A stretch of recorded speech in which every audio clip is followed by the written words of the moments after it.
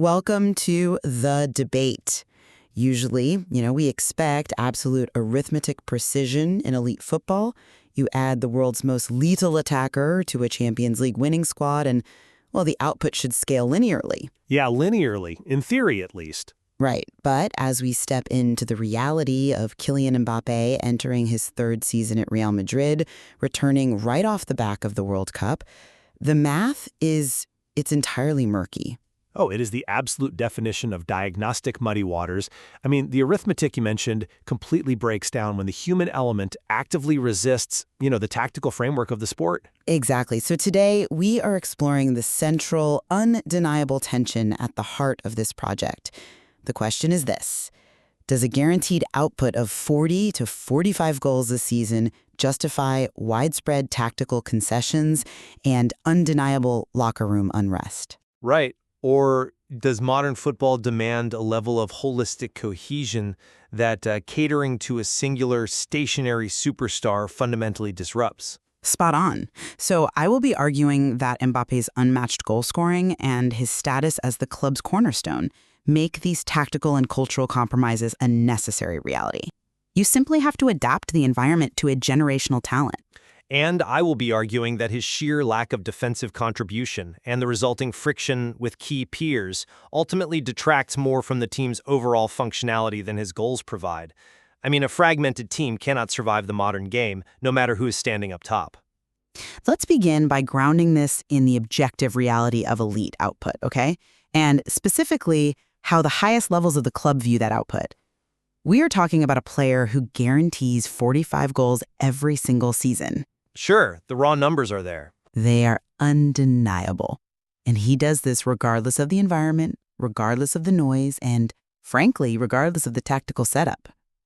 At the executive level, Florentino and the board possess absolute clarity on this. They don't view him as a problem. They view him as the ultimate solution. A solution that causes 5 other problems, but go on. We are entering year 3 of a 5-year deal, and the executive suite is already preparing to open the folder on a contract extension. Why? Because elite clubs operate on a different plane of logic. They correctly prioritize irreplaceable offensive firepower over easily replaceable role players. Easily replaceable? Yes, you can find someone else to press. You can run academy graduates into the ground to cover space.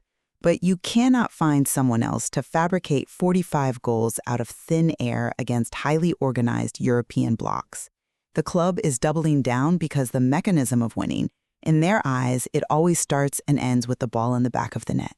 Well, I come at it from a different way. There used to be an old analogy in football management about players of this specific luxury profile, that they're like a highly expensive boat, right? Where the 2 best days are the day you buy them and the day you sell them. That's a bit harsh. But I actually think that's far too simplistic for what we are actually witnessing. Managing Kylian Mbappé in 2026 is like trying to build a modern, sleek smartphone around a massive, heavy 1990s camera lens. Okay. Yes, the camera takes absolutely world-class photos, but the internal components are constantly overheating. The battery drains twice as fast, and the fundamental architecture of the device has to be compromised just to hold the lens in place. But it still takes the best photos in the world. At what cost? In Season 3, Mbappé has entered entirely unknown territory. He has become completely impermeable to criticism. For better or worse, he operates on his own frequency.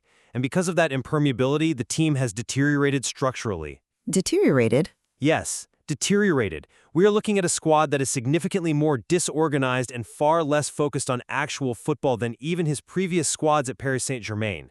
We have to look past the raw goal tally to see the massive structural drain occurring beneath the surface.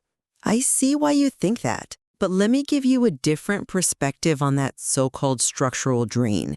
Because the PSG comparison is an interesting historical footnote, but it entirely misses the actual on-pitch mechanisms we are seeing right now in the most critical moments. Like what? Well, when we debate statistical dominance versus tactical reality, you have to look at the clutch moments where the sport is actually decided. Look at the Champions League. Let's dissect the tie against Bayern Munich. Mbappé scored in both legs. He missed a lot of chances in the first leg, though. Yes, he missed some chances, but his mere presence fundamentally altered Bayern's defensive geometry.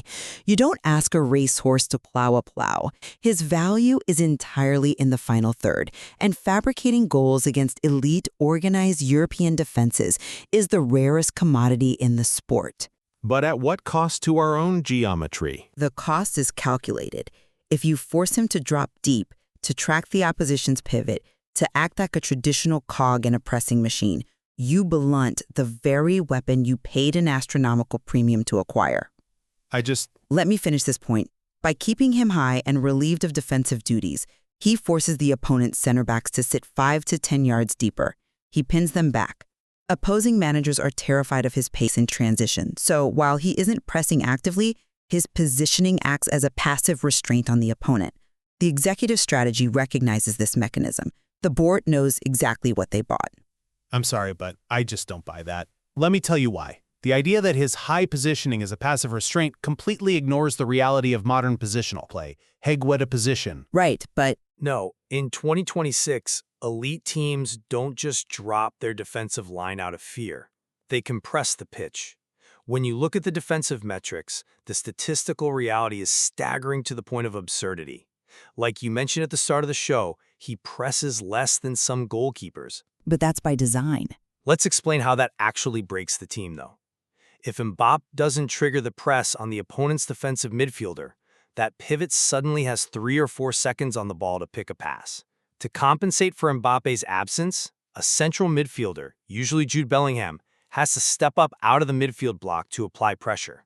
Which is Bellingham's job as a box-to-box midfielder. No, it's an emergency measure, because the moment Bellingham steps out of his zone, he vacates the half space behind him. Then a center back has to step out of the defensive line to cover that vacated space. Suddenly, your entire defensive spine is stretched open purely because the center forward decided to walk. I mean, that's a worst-case scenario. It's the reality of every weekend. To find a comparable lack of defensive work rate in a top-level forward, you have to look at a 30-plus-year-old Luis Suarez at the very end of his career, when his cartilage was practically gone, and Mbappé is in his physical prime. Yeah, but And it's not just depressing.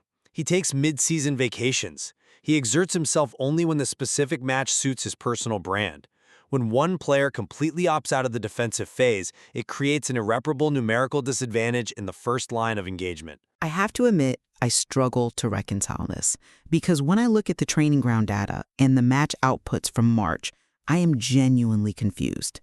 Mbappé was absent due to a misdiagnosed injury, and suddenly the reports in the eye test suggested the team was purring. Exactly.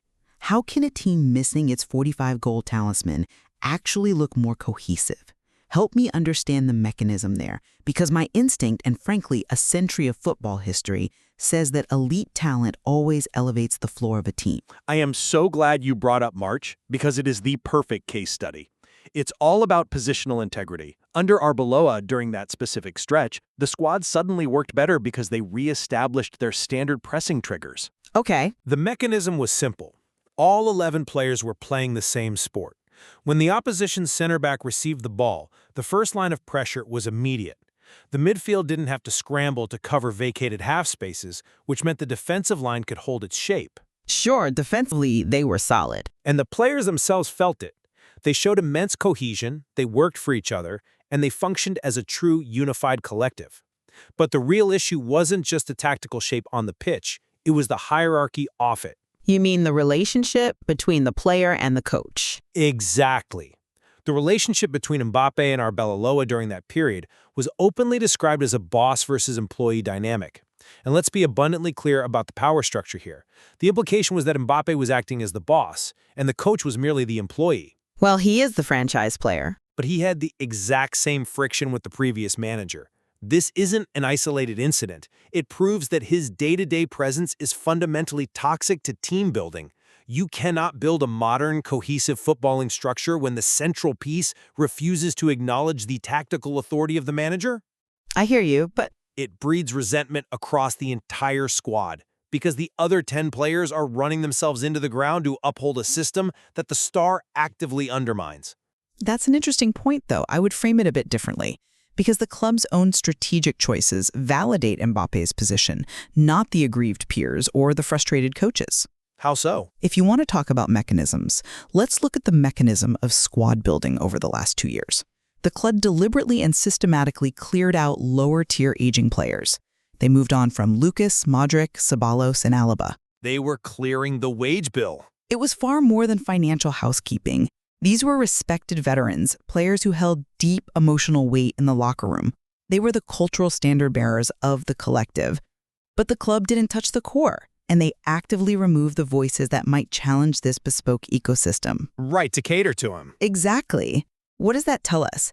It tells us that the executive strategy is to adapt the environment to the superstar, not force the superstar to conform to a standard environment. The club is effectively saying, we will construct a reality where Mbappé doesn't have to track the opponent's pivot because we are clearing the field for him to run. They're pandering. They are reverse engineering a team designed specifically to absorb his defensive liabilities in exchange for his offensive guarantee. That's a compelling argument. But have you considered the cost it extracts from the actual future of the club? It's not just the aging veterans who are cleared out who are frustrated. The real danger is the pure friction with the players who are supposed to be his equals, the players who are actually carrying the physical burden of that reverse-engineered system. Let's talk about Jude Bellingham. Bellingham is fiercely competitive. Friction is entirely natural between two apex predators operating in the same ecosystem. We've seen it historically with countless elite pairings. It is far more than competitive friction. It is an ideological clash regarding how football should be played. We saw it play out vividly at the World Cup, specifically during the 3rd and 4th place match. They completely ignored each other. That's one game. The tension was palpable to anyone watching their body language and their spacing. Bellingham represents the modern 2026 footballing archetype, a player who understands that elite output requires holistic contribution. When he is covering 12 kilometers a match, making recovery runs to cover the spaces Mbappé abandons, it generates physical exhaustion that quickly morphs into visible resentment. Bellingham covers ground regardless of who is up top, though. But he resents the concessions given to a player who fundamentally takes more than he gives to the collective. Look, I think we have to be careful not to over-index on body language in a largely meaningless third-place World Cup match. Players are exhausted, they're disappointed. It's a breeding ground for temporary frustration. Similar to Mbappé's. But the crucial nuance, the mechanism of the deal, is that Vinicius has an extra year on his contract to spread that money out. That means Mbappé remains the highest paid on an annualized basis. Which makes sense for his profile. But Bellingham sees the highest paid player, a player given total tactical freedom, walking around the pitch while the rest of the team suffers structural collapses. And the fan base is starting to see it too. If you're listening to this, you're probably thinking, but Vinicius went through this exact same fan backlash. And that's entirely true. Fan perception is notoriously fickle. It's often driven by the narrative of the week rather than objective clinical analysis. The shifting perception right now is different. Even the absolute club loyalists are breaking ranks. Look at Jesus Bengochea of the Buenos Blancos. Sure. This is a man deeply embedded in the club's ecosystem, someone who fiercely defends the institution against outside critique. He recently put out a statement demanding that Mbappé be taught the reality of the club, that he needs to be chamortinizado. To be traumatized, yeah. Exactly. To instill the spirit of Chamartin, the spirit of the Santiago Bernabeu, into a player who arrived as a finished product. When you have institutional loyalists demanding that a superstar be brought down to earth and taught the values of hard work and collective sacrifice, it shows that the fans see right through the mythology. They see a player making bizarre, selfish choices, like taking mid-season holidays, rather than the mythical unicorn they were promised. Okay. That's an interesting point, though I would frame it a bit differently. Because if we look at the historical context right there at the Bernabeu, the trajectory of fan sentiment is highly cyclical. Remember Vinicius early in his career? The fans were ruthless. Very different situation. They heavily criticized him. They doubted his end product. They openly questioned if he belonged at that elite level. And then, when he started producing consistently, those exact same fans performed incredible mental gymnastics to accept him as the absolute best in the world. Mbappé is merely experiencing the inverse of that trajectory. Wait, the inverse? Yes.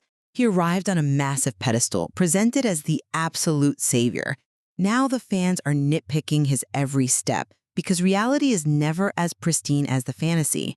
Yes, there are viral clips circulating of him not passing to teammates or walking back during a counterattack, but those clips are incredibly reductive. They highlight a structural flaw. They were designed for social media outrage, not tactical analysis. They obscure the overarching reality of his elite offensive production. A fan might complain about a missed pressing trigger in the 12th minute, but they are cheering at the top of their lungs when he scores the decisive winner in the 89th. The difference between Vinicius and Mbappé is profound, though, and it comes back to the core mechanics of how they operate within a team. Vinicius worked tirelessly to fit the system. He developed his pressing triggers, he learned to track back when the fullback was caught out, he evolved into a functional piece of the collective machinery. That's fair. Mbappé is in his third season, and as you rightly pointed out, the club is adapting to him, not the other way around. But at what point does that adaptation simply break the club's structural integrity? The statistical anomalies, the pressing output of a retired striker, the vacations. These aren't just quirks of a genius, they are structural cracks. Cracks that result in a lot of goals? But when a player genuinely believes he is above the tactical framework, the 11-man unit falls apart. The fact that the team looked demonstrably better in March without him isn't a fluke, it's the stark reality of the modern game. You cannot carry a passenger out of possession against elite European competition, even if that passenger occasionally scores 40 goals. But a player who scores 45 goals is not a passenger. The goals are the vehicle. The hardest thing to achieve in this sport is putting the ball in the back of the net. Everything else, the sophisticated pressing traps, the low blocks, the cohesive midfield shape is ultimately designed to facilitate goal scoring. Right, but if you already have the goal scoring guaranteed by one individual, you reverse engineer the rest of the squad to cover for him. That is the logic the board sees. That is why they are pushing for the contract extension. They are willing to endure the locker room egos and the tactical headaches because they know that replacing his sheer volume of goals is practically impossible. Reverse engineering a team around a static forward might have been a viable, title-winning strategy a decade ago. In 2026, it leaves you incredibly vulnerable to highly organized unified squads who attack and defend as a seamless block of 11. This exact friction between catering to the individual and protecting the 11-man unit is exactly why the impending arrival of the new coach, Mourinho, is going to be explosive. He's stepping into a locker room where this debate isn't theoretical, it's actively tearing at the seams. It is absolutely the ultimate crucible for this entire debate. Precisely. The ideological clash we are dissecting today is going to be tested in real time on the touchline. Mourinho is stepping into a locker room deeply, fundamentally divided. On one side, you have a generational talent who demands total accommodation, who views the manager's tactical requests as optional, and who has historically treated his coaches as employees. A recipe for drama, certainly. Understatement of the year. On the other side, you have alienated peers like Bellingham, who are exhausted from plugging the structural gaps and who demand total commitment to the collective. Mourinho historically demands absolute, unquestioning buy-in to his defensive structures. He does not tolerate players who refuse to press. I simply do not see how the boss versus employee dynamic plays out favorably for Mbappé this time around. Mourinho will force the issue, and the structural integrity of the team will be tested like never before. It will certainly be the defining narrative of the season. So, to summarize my position, despite the undeniable tactical headaches and despite the bruised egos and exhausted legs in the midfield, securing 40 to 45 goals from a singular talent remains the most difficult and valuable asset in world football. Even if it burns the locker room down? Management's role, and now Mourinho's deeply complex role, is to adapt the squad to maximize that superstar. The administration's decision to clear out the periphery veterans and aggressively pursue a contract extension proves that the club fundamentally understands this truth. You secure the offensive firepower first, and you figure out the systemic cohesion second.